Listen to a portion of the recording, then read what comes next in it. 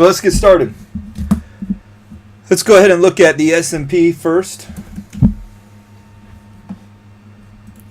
You'll see that the market has just been on a tear, and it's really left me a bit befuddled by how much it has gone up over the last 8 days. You can see here that it is a bit unprecedented, to say the least. We haven't seen a pullback in almost 2 weeks now on a daily basis. We haven't seen any red in the markets, and that is just something that I can't remember the last time we saw 8 straight days up in the market. I know it's happened before, but it is so rare that just going back 2 years on this chart here, there is nothing like what we've seen over the last 8 days in terms of just consistently progressing upwards. And albeit, one of the days we had, I think we were up 0.01%, but granted, we had been down most of that particular day, and we still managed to finish up like a smidgen in the green.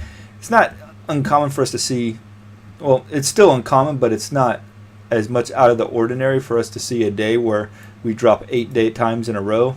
Going back to August of 2011, you can see we're 1, 2, 3, 4, 5, 6, 7 days in a row.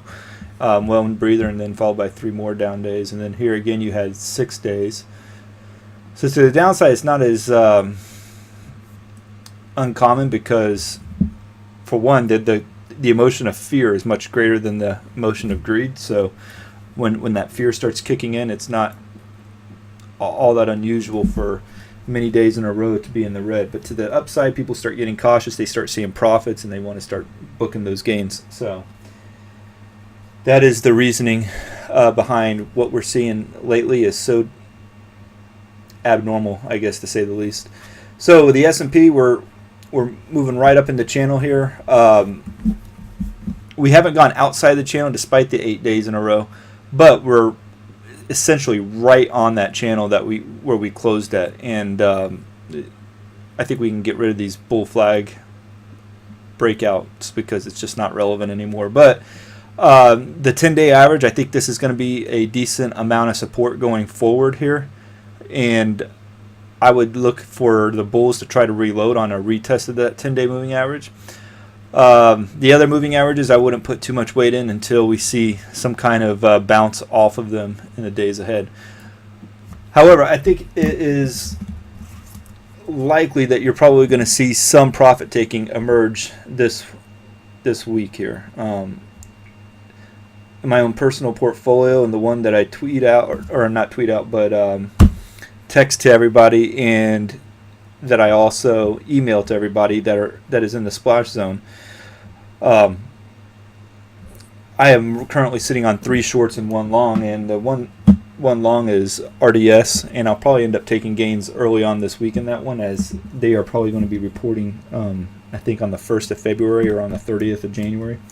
So we don't want to hold through that, because that is usually unnecessary turbulence and difficulty that can come upon your portfolio by holding a stock through earnings. So we want to always be safe, even if that means foregoing profits in order to minimize risk. So one stock that I did get out of on Friday was BG. And the question is, why did I get out of it? Well, for one, this stock is also a stock that's just gone straight up practically over the last 10 or 11 days. But beautiful breakout. We got in on this break, from 73.89ish or so, and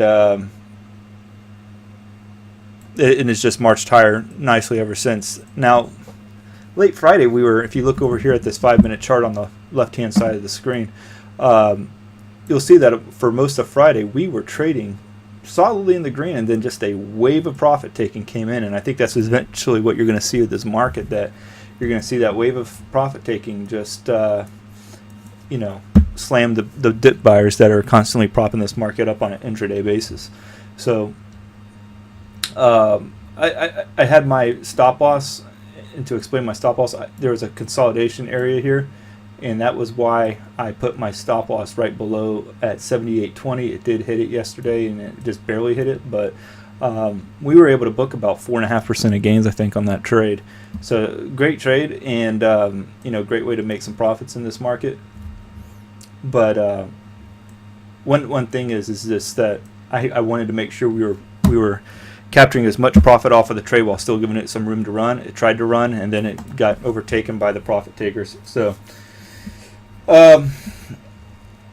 we'll go through ARNA here. And as for this particular stock, you got some support where it's currently sitting at. I don't think it's a lot to get excited about. If you look at it from a broader picture, and I'll add SNSS coach to the list. If you look at ARNA from the broader picture, it's just like a solid sideways consolidation for the better part of 7 months now, going back to August. And if I'm going to trade this thing, I'm probably going to try and draw somewhat of a box around current price action and essentially mark those parameters out there. So to the upside, it's not as clear. I think this would become a much better short if it broke, say, below that 705 level. To the upside, it looks like we tried to break out before, but it was a head fake and it came right back down, so that makes me a little bit skeptical of wanting to try another head fake again in the future. Had it only gotten up to like 10.10 and then pulled back, that would have been one thing, but it got all the way up to 10, basically about $11 before it dropped right back down to into the 8s. So I would look at ARNA more from a short perspective as being having a better opportunity there, because if it does break your first target level after it breaks 705, for me, I'd probably never hold it till 550, but just looking at it from a technical standpoint, you have the possibility of it going down to 550, and then you got a huge gap after that down to 382. So because it is a biotech stock, there's a lot of risk in shorting these things, so you need to be cognizant of that, because anytime there's like an FDA approval, it can either, sink the stock, or it can just, allow for the greatest of price increases, 30, 40, 50%. I've seen them before. They go up to 100%, which I think that occurred either late last year or early this year, where there was one stock, started with a C, but it went like up 300% intraday after it was halted, and there was a FDA approval for one of their drugs. So you got to be aware of that with these biotech stocks, regardless if you go long or short, but particularly to the short side, because the damage could be far worse. So me personally, I wouldn't be, aiming to short a stock like ARNA. I'm just trying to give you more of a technical look to it. Yeah, and I'll Stealthology. I'll add GTAT and Skull to the list as well. All right, let's look at MCP here.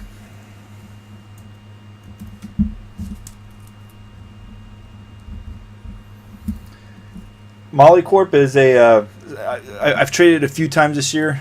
I think I basically had about mixed success on this particular stock. You had a breakout here, and then like somewhat of a bull flag. I can't remember exactly how I did on this stock, quite honestly. But right now, all I see is this, double top,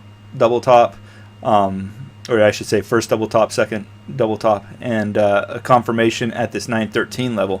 Now what happens though is you get this bear flag that was forming and would have offered a great opportunity to get short if this is a volatile stock too, and it worked like a champ technically, and then you got this big bounce on Friday to the tune of 13%.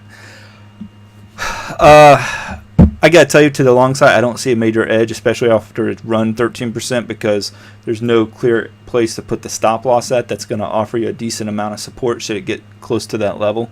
To the short side, I would probably say if it tried to retest that $9 level, you might have a play there to take advantage of. But I don't think there's a solid edge in this particular stock at this particular moment. So to the long side, if you're still long MCP and you're riding this bounce up, I wouldn't let the stock ride against you before taking gains in it.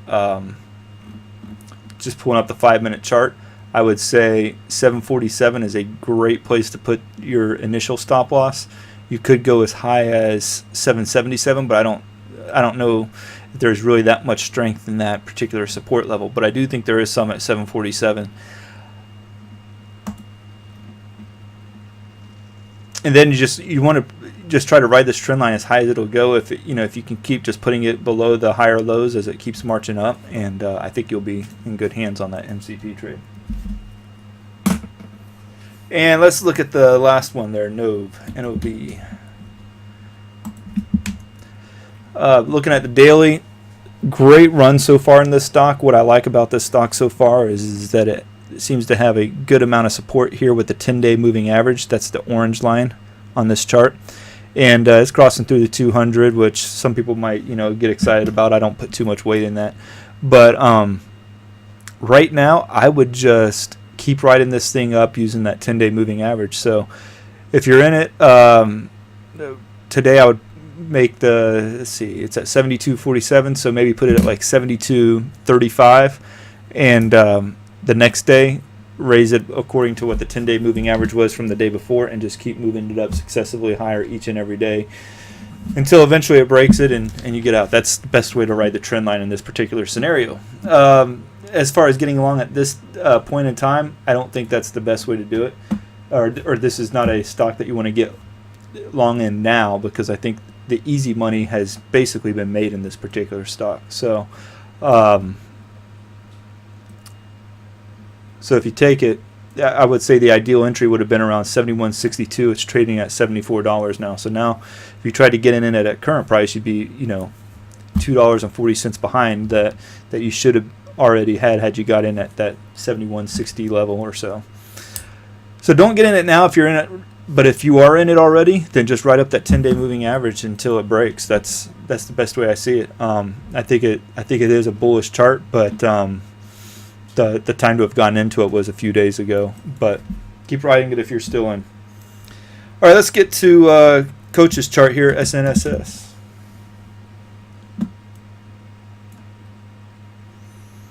Coach, are you long or short, or just looking to possibly get into this trade? Because the way I see it here, I don't think you want to get into it now because, okay, so you're long in it already, okay? That's great because ideal entry probably was around 441, 442 or so.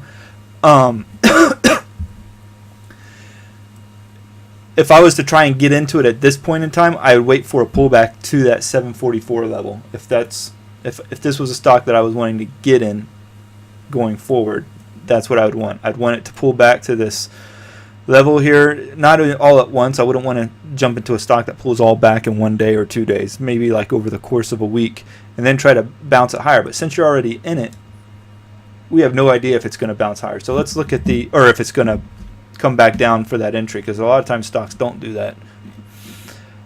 Looking at the 5-minute though, let's just say that there is a lot of support at 465. A lot of support. I mean, this whole box, I'm going to draw it for you here. You got a whole area that provides a ton of support. So if it drops below that on the 5-minute chart, that probably is a place where I would want to get out. Otherwise, heading into the open tomorrow, you definitely want to see this thing eventually break out of this 480 level that it's trading at, and it traded right up to it at the close yesterday. So it's not going to take too much for it to break through it on a Monday, especially if we have a bullish open for the broader market. But you want to always think about how can I protect most of my profits while giving the stock enough room to run. And in this case, you want to make sure that if this thing drops below 465, so put your stop at like 464 or maybe like 463, that's where you want to get out at. But overall, I mean, great job for being long on this stock. I think the daily looks good. It looks like it could still keep going up higher. And I think another thing too that has going in its favor is that it has broken this downward trend line, which basically coincides right with where you would have wanted to get in at around 441. So it's very bullish. I like it a lot. And just follow that advice I gave you there. So you're long from 748. That's fantastic. I'm sorry. Hopefully not from 748. Because that would be like $3 higher, right? Or are you? I don't even know where it was trading at 748. 448. Whew. Okay. You would have been down a lot if it was trading at 748. Oh, man. Okay. Well, that's a good thing. 448. Yeah, you're sitting on some great profits. You got in pretty close to the ideal breakout point there, so kudos to that. I think now you want to start looking into if this market pulls back, because it is up quite a bit. Where do I get out at? And at this point, I think if you look at the consolidation here on that 5-minute chart, there's a lot of it there, and below 464, 463 is where you want to book those profits, and you'll have a good trade on your hands. You'll have made 16 cents, which is about 4 or 5% on that trade, and that's what you want. You want to consistently extract profits out of stock after stock after stock after stock, and be somewhere in the 50 to 60% right range, and minimize the losses. And your end of year is going to be dictated by how you did on the whole conglomerate of trades that you made in 2013, not how much you were able to make just off of SNSS, but on stock after stock after stock. And the best way to do it is always being mindful of the risk that could go against you, and to protect yourself from the downside. GTAT, GTAT. Just looking at this for the first time, I've got mixed feelings toward this one. Right off the bat, I do see, and I'll zoom in a little bit here, I see like a head and shoulders pattern, an inverse head and shoulders, inverse head and shoulders right here, and I'll just draw them out here. So you got your left shoulder, your head, and then your right shoulder here. Right shoulder is not complete yet, okay? So if it can break above that 350 level, you could see this thing really move. Let's be a little bit more conservative about it here. If it breaks through the 355 level, that's where the head and shoulders pattern is going to confirm. I don't recommend getting into it right now. I would wait till the 355 level. The reason being, and sometimes I will get in before the right shoulder is fully completed just to keep risk minimal, but in this particular case, on that right shoulder, there's also an equal possibility that this thing is forming a bear flag, and not so much a right shoulder. So you want to be very cognizant of that, be on the lookout, and just play it conservative. 355 is where I would not get in until it breaks through that level there. So if it does that, I think you have a very bullish chart, but in the meantime, you got two opposite forces: the inverse head and shoulders, which is bullish, and then you have the bearish bear flag pattern that is working against you. So, but it's a good find. Wait for the 355 level to confirm, though. SKUL. This one's been on my short watch list for a while, and I took it off when I published it on Friday. What I liked for a while on this particular chart was the downtrend that it had been in. You can see here, it has held true time and time again, okay?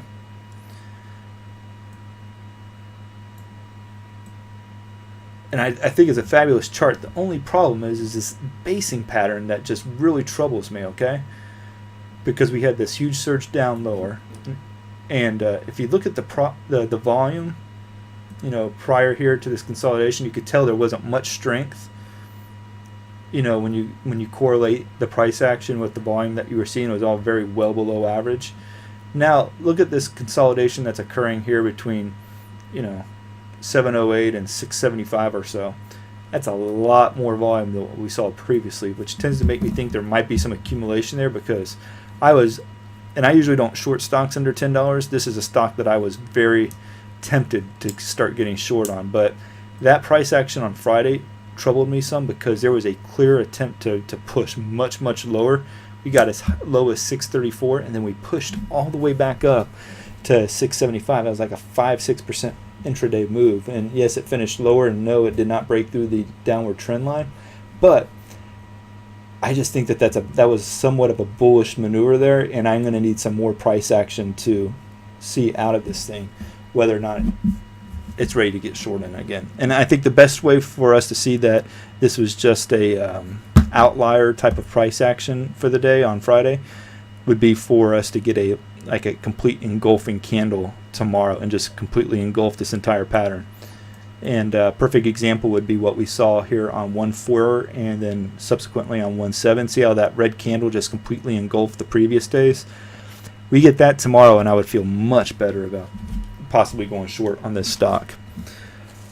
Let's see here. So we've gone over a number of y'all's stocks. I'm gonna pull up BG. I'm sorry, ALV.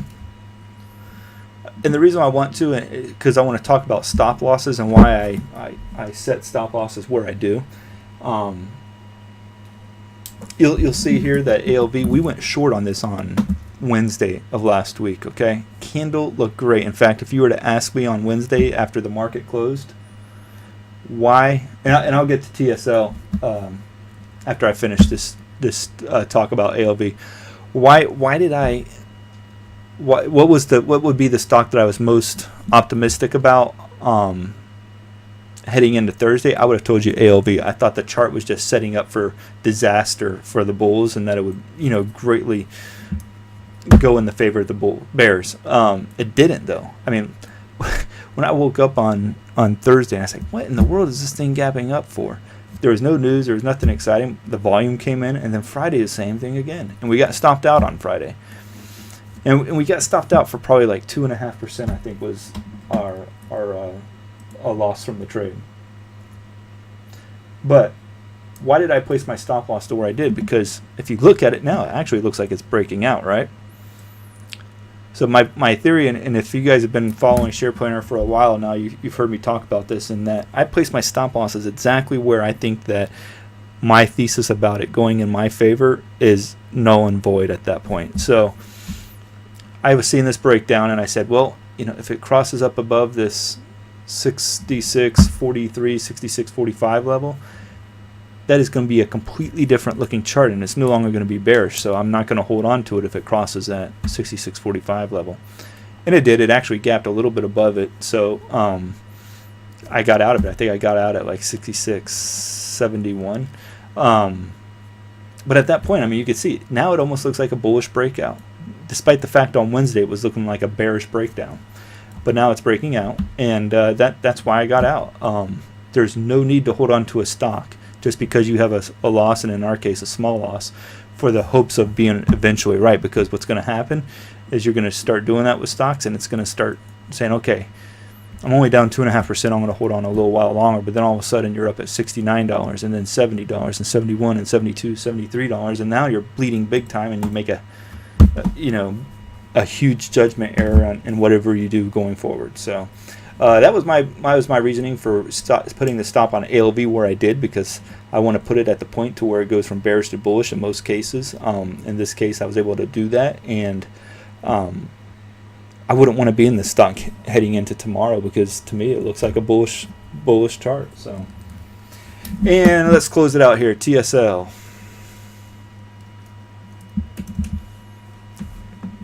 All right, so you have a bit of consolidation at the highs here. It's gone up beautifully over the past 2 months or so.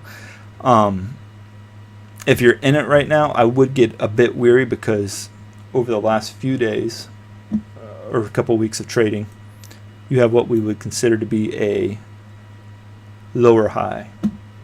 Okay, and what's also getting formed is a descending triangle pattern. So that's not something that we want to see in any of our long patterns, because that is a bearish pattern. So descending, it looks like basically a triangle that's descending with a flat bottom. There's some volume that's been pouring in over the last month or so, and you got to ask yourself, is that distribution that you're seeing there at this point? I'm not sure, but I think it looks somewhat bearish over the last few weeks. So ideally, you don't want the stock to go less than 494 before you book your gains in it. I don't think you want to short the stock at all if it goes below 494, but you surely don't want to keep holding on to it if it does break through that 494 level, because at that point I think there is a chance that you could see a much greater pullback, particularly since it's a $5 stock. The pullbacks in these kinds of names after it's made essentially since late November, it's gone from $2 a share all the way up to almost $6 a share, so like a 200% move almost in the stock. There's a good chance that you could see an extended retrace. So below 494, I would go ahead and get out of it. Well, that's going to do it for tonight. If you guys have topics that you want me to discuss at these things, I think this is a great forum for me to go over a particular stock, or not particular, but like topics too. So stocks, trading topics like what I talked about tonight on stop losses, or if you have something that you want me to do a little research and provide you my thoughts or theory on it. This is a great forum for doing that on, and highly encourage it. So just shoot me an email if you want me to in the future at ryan@shareplanner.com. But also too, if you guys want me to, let's see, like do these things like on a different night besides Sunday nights, you can't please everybody just because everybody has different schedules. I thought Sunday nights is usually a lot of times when most people are usually home and getting ready for the week ahead. But if there's a better weeknight that, as a consensus, we can all say would be a better for the whole group, then I'm more than happy to move that. The only night probably wouldn't be possible would be Wednesdays. But outside of that, keep that in mind as well. If you have any thoughts, suggestions, questions, shoot me an email at ryan@shareplanner.com. And when will I be on the mic during the day? Brian's on the mic throughout the day, but actually I think on this Friday and the Monday thereafter, I will be manning the microphone both of those days. For a ninth day higher in the S&P, where actually the futures are somewhat flat. We've got a couple of negative. I think the S&P is actually like a fraction down right now, but I'm going to actually post this whole entire Sunday night kickoff session online. So give me about 30-40 minutes or so, and it should be up there because I covered the entire S&P on the video in the very beginning. So it'll answer all your questions, but I'll have it posted here within the hour. So thanks everybody. I appreciate you guys making me a part of your Sunday night, and God bless y'all, and have a great week ahead.